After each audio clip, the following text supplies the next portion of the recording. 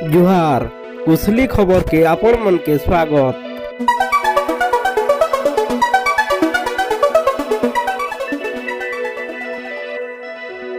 राज्य थी मैट्रिक परीक्षा बातिल हेबार परे राजरास्ता के उल्लेचन युक्त दुई छात्र छात्री सेमनकर भी समान दाबी रही। एबार वर्षर युक्त दुई परीक्षा के बातिल करा जाऊ इन गुरुवार भिन्न भिन्न कॉलेजर युक्त दुई छात्र छात्री लयर पीएमजी ठाने आंदोलन करिछन।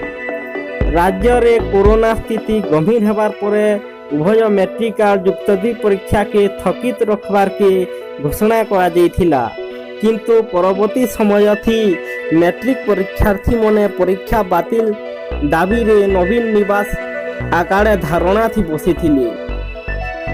मुख्यमंत्री निर्देश पर राज्य रे मैट्रिक परीक्षा बातिल करा जाइछे बोली विद्यालय और गणशिक्षा मंत्री समीर रंजन दास घोषणा करथिले।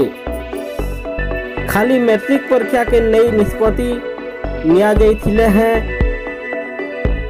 एबे तक युक्त दुई परीक्षा के नई कौनसी निष्पत्ति नहीं निया जाई। आगो निर्धारित तारीख रे परीक्षा हवा बोली सूचना रही। यहाँ फाले युक्त दुई परीक्षा के नहीं प्रतिक्रिया रखिछन गणशिक्षा मंत्री। से कहिछन राज्य रे मैट्रिक परीक्षा बंद हो बोली सरकार नी चाहुथई, सेतिर लगी व्यापक प्रस्तुति भी सरीथिला, किंतु कोरोना स्थिति एंता हला जे आमे परीक्षा बंद करबार के बाध्य हेलु। युक्त दुई छात्र छात्री मने घरे रही पाठ पढ़ाती मन निवेश करुन। कोरोना स्थिति थी सुधार आसले जून पहला सप्ताह थी युक्त दुई परीक्षा लगी निष्पत्ति निया जिबा।